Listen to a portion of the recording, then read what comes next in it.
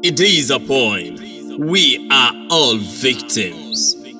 From our uneasy bed with pensive horns of distress, came my 10 years old nephew asking, "Uncle, why does society blaze a trail when it is supposed to be a daily paradise? Uncle, why do men bribe their way to affluence to further their selfishness with fatal fallout, reducing us into an untellable macabre state? We're mindful of a doomsday scenario." He asked, "Uncle, he asked, Uncle.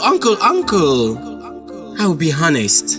My heart paces in towering beat, no solvent to quench his unending thirst of answers to his questions, but from the unrequited privileges, clatter of avarice, and unencumbered life of statesmen to ordinary citizens, we are all victims of subtle provocations, salting the open wounds of poor folks, giving money to police officers to bypass prosecution. We are victims of the magical ballot box changing purpose to hand passports of gallons of gold.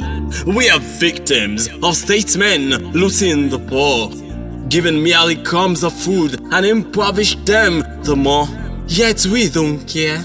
My men's brother we say, Jinyanda numelo. The foolers we say, Kosido ang. And the Timnis we say, Okasukonom. Yes, we are victims of rampant sex for grades, insensate ethno-political appointments, victims of transfer of policymakers to business life, victims of revolving door phenomenon from one big office to the other, victims of unctuous yells of victorious pillagers whose feasting pierce the hanging chills of the nation, with sons and daughters of ordinary citizens having no right to first-class education, hiding behind a facade of universal education. But we don't care because of political idolization. And they ask again, "Uncle, can't we be emblems of tribal loyalists?"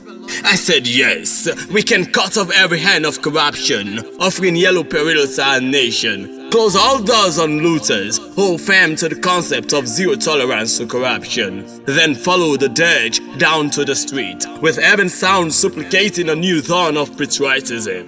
To neither rally behind looters, nor embrace them as brothers or sisters. To say no to corruption. I am Abubakar Kamara, better known as the Sarah Phoenix.